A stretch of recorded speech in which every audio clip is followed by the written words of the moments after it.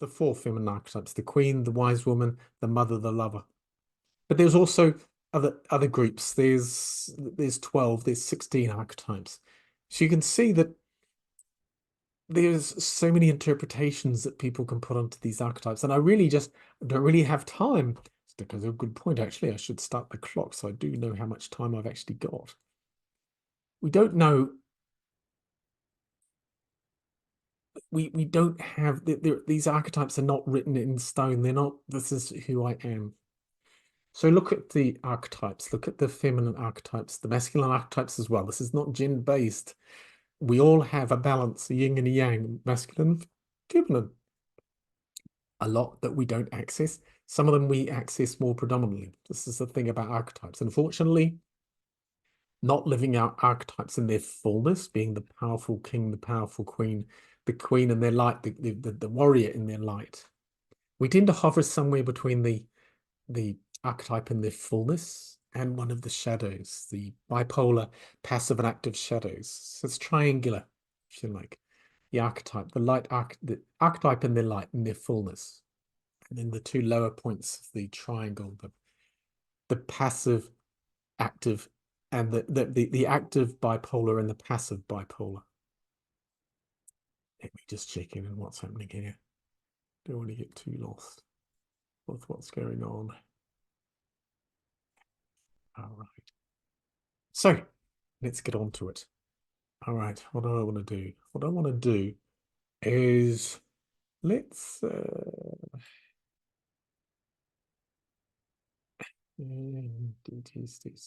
just gotta sort these out a minute. Just bear with me for a quick second.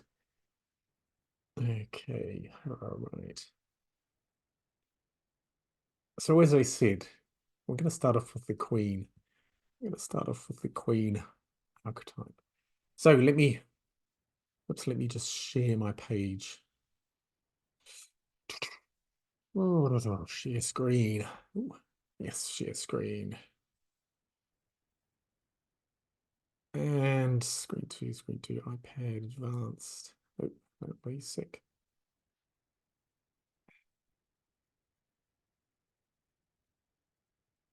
Oh, let me just cancel that for a moment.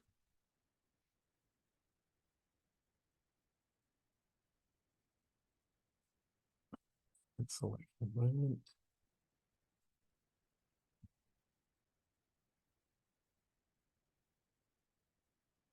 Things are always running a bit slow. There we go. That's what I wanted to do. Okay. Right.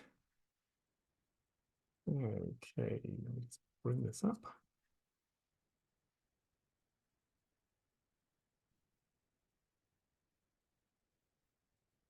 And share screen. Okay.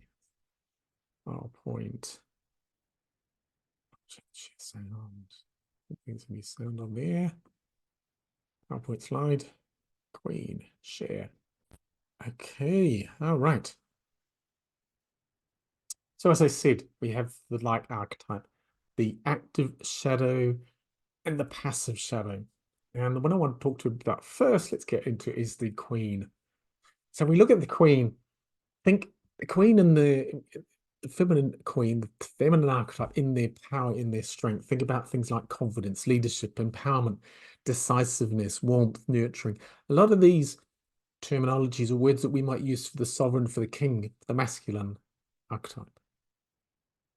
The masculine, the king, and the queen have a lot of similar archetypes. See, when we talk about the masculine archetypes, it's not really gender based. There's a lot of overlap, so we're just using different words. So bear in mind again that these are just different words. They're archetypes. But particularly now, I want to talk, because we're talking about shadows. I want to talk about the shadows. So the queen, thinking about confidence, insecurity is the shadow of confidence. Leadership versus arrogance, the shadow. Empowerment versus a judgmental attitude. Decisiveness versus control. These are the word and their power and their shadow. So if we look here on the PowerPoint, you have the Queen, Queen Elizabeth of Austria, Queen Rania of Jordan, Queen Elizabeth II. These are all queen in their power, confident leaders showing leadership, empowered, decisive, but also nurturing. And then at the other end, we got Cersei Lannister from Game of Thrones. Cersei was somebody, the character came across as cold, calculating, ruthless, in pursuit of power at the expense of all else. Okay, she sacrificed her relationships for dominance. Now the tyrant, this is the shadow in its active form. Now the bipolar opposite of this, still in the shadow, is the doormat shadow of the sovereign of the queen. So somebody like Queen Gertrude from Shakespeare's Hamlet, somebody who passive, lacked agency, contributed to tragic events. She represented the struggle of suppressing power to fit societal expectations. So they're the extremes. And while we aspire to be the queen in its fullness, in its light, we're going to sit somewhere in that triangle, hopefully not too much in the shadows, recognizing that different environments, different people will force us to move to different parts of that triangle. They will bring out certain characteristics in us. So now, when I'm talking to coaches here, to trainers, if you're an EMT trainer, this is what you need to be looking at to deliver what you're doing. If you're self-reflecting in your fullness as a light queen, you're reflecting on your strengths, your confidence. Okay. So this is the characteristics that you'd have if you were in your fullness coaching. So reflecting on strength, confidence, leadership abilities. If you're in your shadow, you're going to be exploring, you're going to be touching on arrogance or controlling. And you need to be honest. Tony Robbins says the quality of your life is related to the quality of the questions you ask. It's not. It's the quality of questions that you ask that you hold yourself attributable to, that you hold yourself to. So when I say you explore arrogance, you explore control. When you're in a group, when you're coaching somebody, when you're training a group, are you controlling what's going on? Or are you holding the space, showing leadership, showing confidence? Where do you honestly sit between those two? Hopefully not down at the controlling tendencies.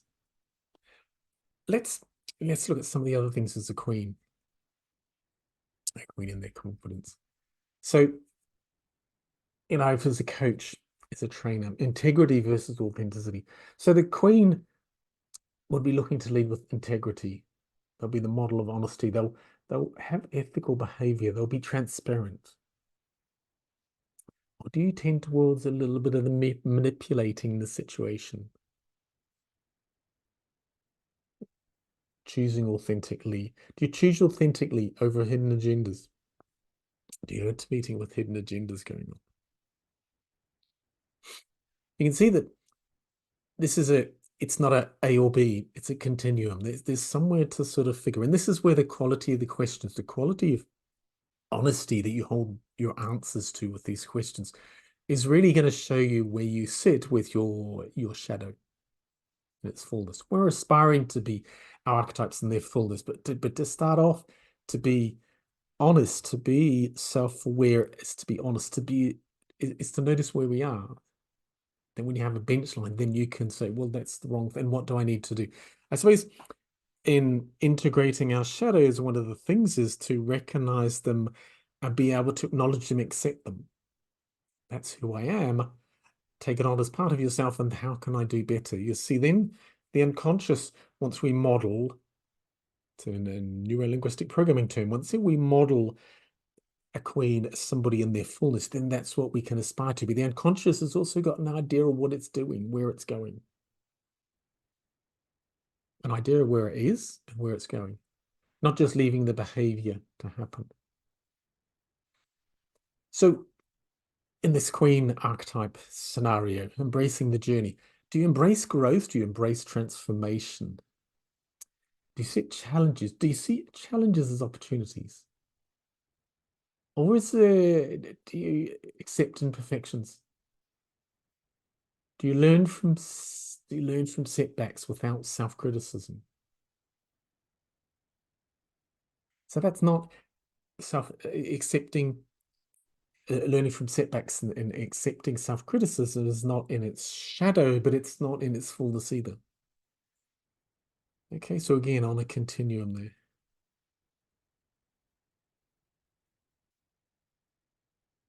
So what else are we looking at here?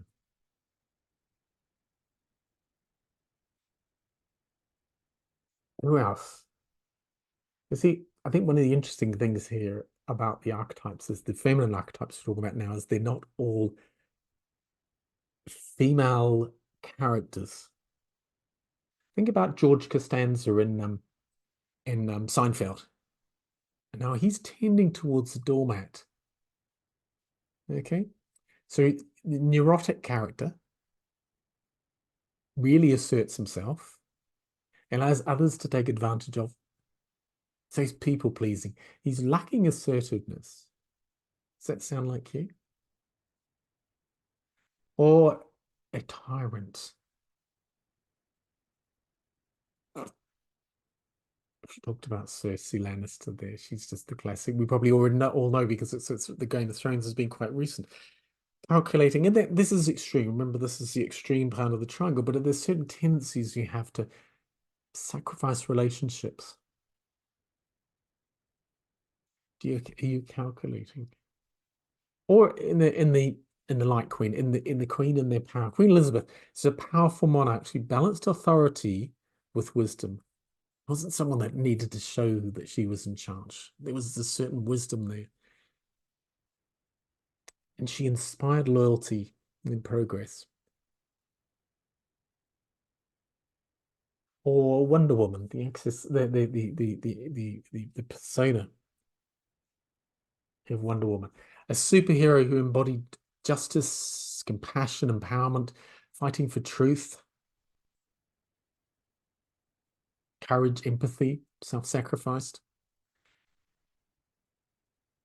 Mother Teresa is another queen in their power. Michelle Obama is potentially another queen in their power, in their lightness.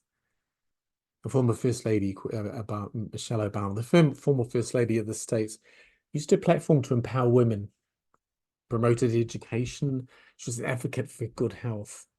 There was grace, intelligence, and advocacy there. But was there pressure to be perfect? Came under public scrutiny. Did that influence her character?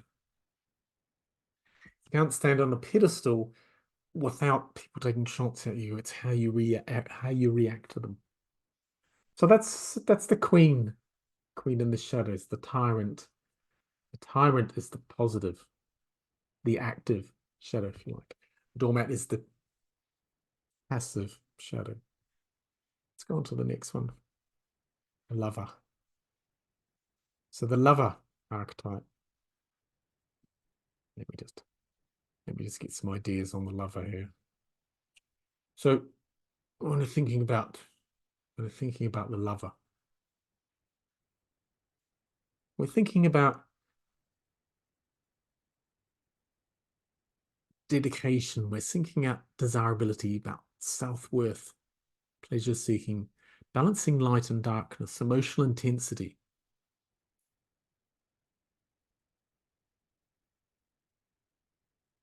So the lover is somebody that's very much in touch with themselves. They have a passionate connection, committed. They're looking for desirability. They have the desire, but it's not an egotistical desire. It's just being, self-worth, pleasure seeking. These words are not all in their light, in the lover, in the lightness. They can be drifting down a little bit. As again, I said it's a continuum. I just have some of the characters there. Julie Andrews as Maria Van Trop in The Sound of Music is probably the ultimate light lover in their fullness, in their power. Or Mother Teresa again. Meg Ryan in Sleepless in Seattle. And then we look at the other two extremes, the seducers. Scarlett O'Hara in Gone with the Wind, the seductress, the active shadow. And Edward Scissorhand. Okay, so they're not all women. They're showing these feminine traits. So Edward Scissorhand, in the film, is the wallflower, the passive archetype. And then we sit in between. If you have a look at some of those, Romeo and Juliet, Romeo, the lover, but the impulsivity, the obsession led to tragic ends. So while Romeo was tending towards the lover in their likeness, there's certain characteristics that were pulling him away from being at that him in his fullness. Is a lover, is a feminine lover. And then the other ones, Daisy Buchanan from Great Gatsby, Emma Bovary, Anna Karenina, and Catherine Earnshaw from Wuthering Heights for the character. It's a passionate, impulsive lover who defies convention to intense connection with Heathcliff. Her destructive behavior and obsession, however, embodied the shadow aspects of love. So, a great lover, but pulled and drawn and influenced more by the shadows than her lover archetype in its fullness. So if we were talking about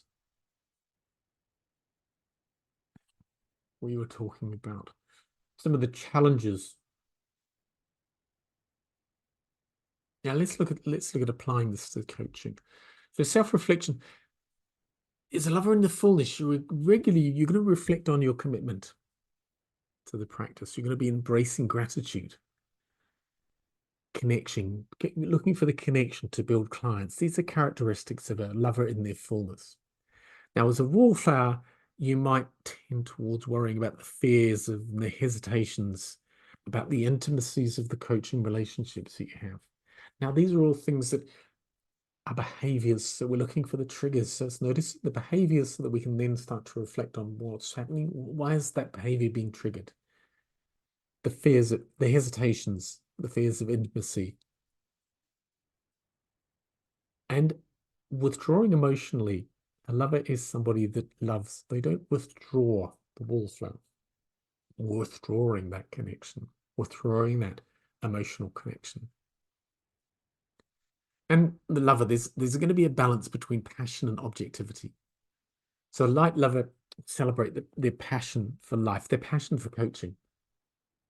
And they'll use that to inspire, to motivate their clients. It's about passion and being able to motivate somebody. That's the tendency of a lover in their fullness.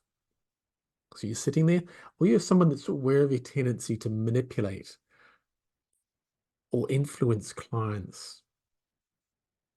And you're striving for ethical boundaries, but not quite getting there. So while manipulating and overtly influencing a client is definitely into the shadow, is there some manipulation? Is there some control going on there? Control again is the queen, but what we're talking about here is manipulating and influencing clients for your own ends. The shadows are where the ego starts to come up.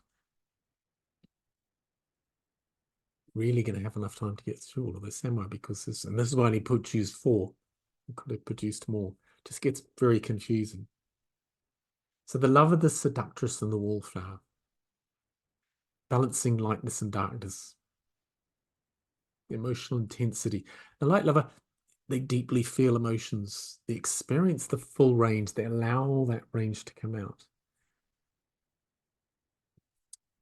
Shadow tendencies, the impulsiveness to see them as both a curse and a blessing. So hold them at some stages and go over the top the other way. So not allowing them in their fullness, if you like, there's emotions to come out, withholding some of them. It's very much about withdrawal, not interacting to the fullness, not developing those relationships. So where do you sit on that continuum in this triangle here between the lover and their light, the seductress, the wallflower?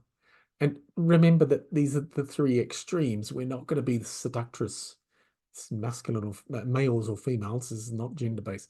Or the wallflower. We're not going to be that character in the extreme. It's in certain environments with certain people at certain times.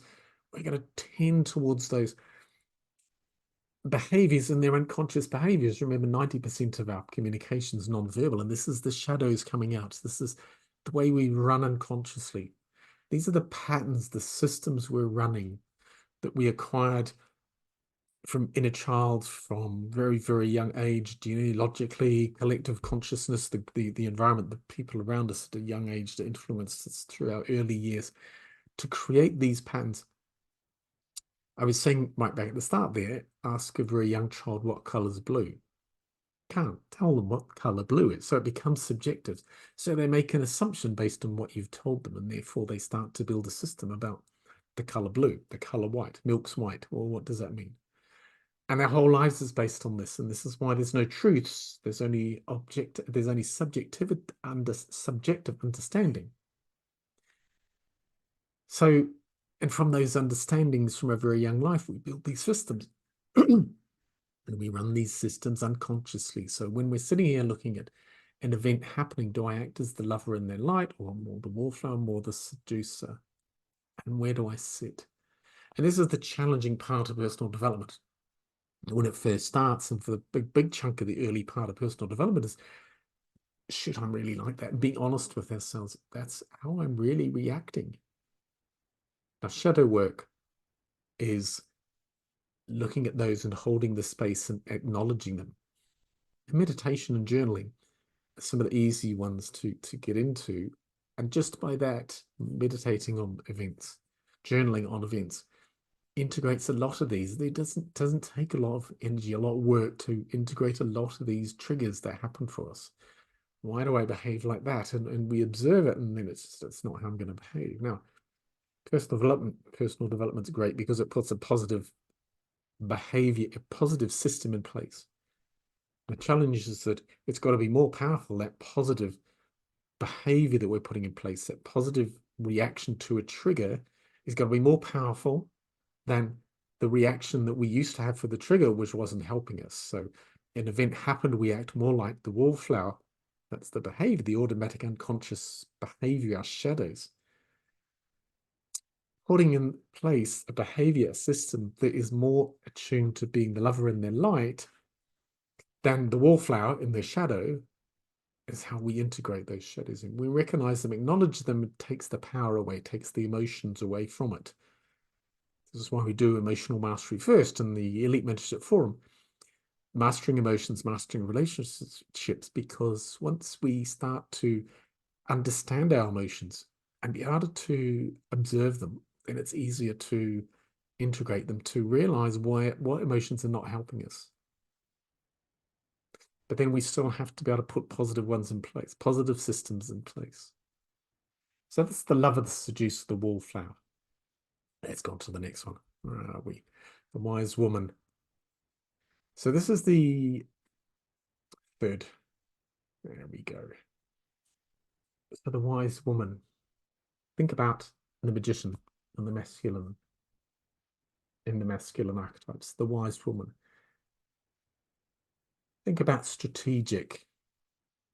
Think about analyzing, intellectual. These are all things that come up with the wise woman in their light. Developing empathy. So having knowledge, being able to express knowledge. So we look at this, Miranda Priestley, The Devil Wears Prada. Is somebody that's based on the loosely based on the editor of Vogue, but somebody that is embodying the strategic, wise aspects of the business. So there's strategy there, there's wisdom there. Now you can see it's very easy to fall off that pedestal of wisdom if strategy to fall into controlling. So you can see the two shadows here.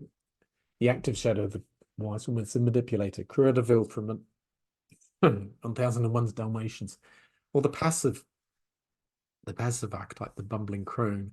This is Havisham from Great Expectations. Again, these are the extremes of, let's get some water. The extremes, the shadows, the wise woman. But and see those ones that sit in between there are not the wise woman in their likeness. They're all male. I think they're all male. Not quite the shadows, but not quite in their fullness either.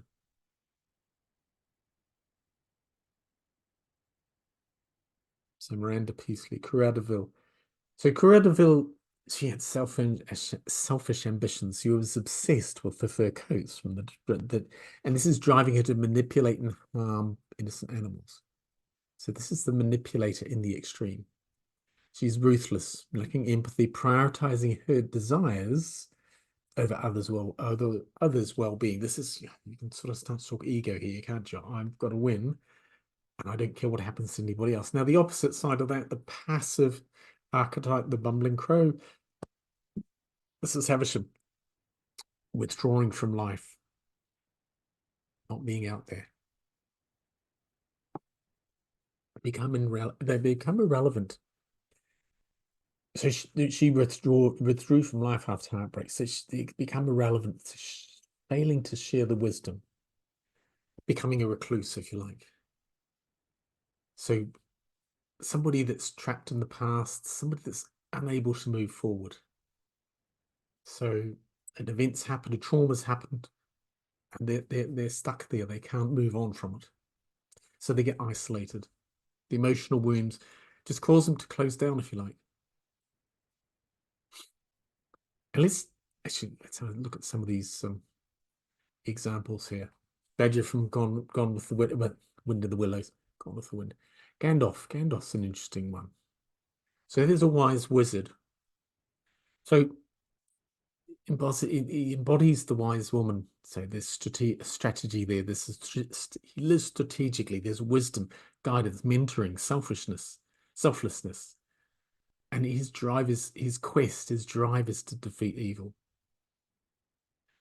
But moving away from being in the light, sliding down towards the shadows there. There's moments of self-doubt.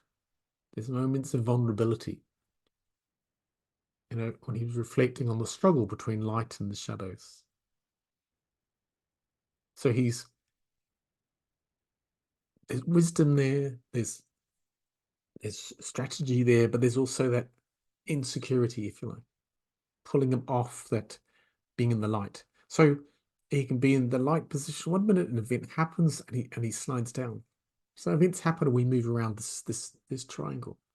Now the four archetypes here, we're not going to be in the fullness in any particular 3 of them.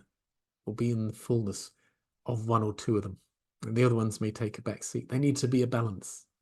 Berlin's a great one. Let's go on to the next one. Don't have a lot of time left. The mother. So the mother's the fourth archetype, if we want to talk about archetypes. So we're talking about nurturing. We're talking about generosity. We're talking about selflessness, boundary setting. It's beyond motherhood, though. And the 2 shadows, we've got the smotherer, it's the active, and the neglectful mother is the passive. And you've got Pride and Prejudice here. You've got Lisa Arian from Game of Thrones as the neglectful mother. Virgin Mary from Christianity is the mother in their likeness. And then in between that, you've got, I thought that was interesting, the healing guide, Claire Huxtable from The Cosby Show, if you're as old as I am. Somebody who sort of sits in the middle. They're not in their mother in their fullness. There's still some doubt there, the nurturing's there, the generosity's there, selflessness, had all of those sort of things.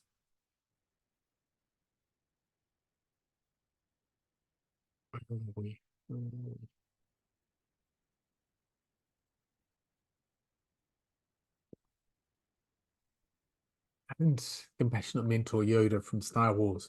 People that really, they're not quite smothering, they're not stifling, they're not overprotecting or controlling, but there's a bit of sort of insecurity there. So they're not truly symbolizing purity, compassion, and maternal love. They're sort of sitting in between. Different environments, different situations will push them out of being the mother in the likeness.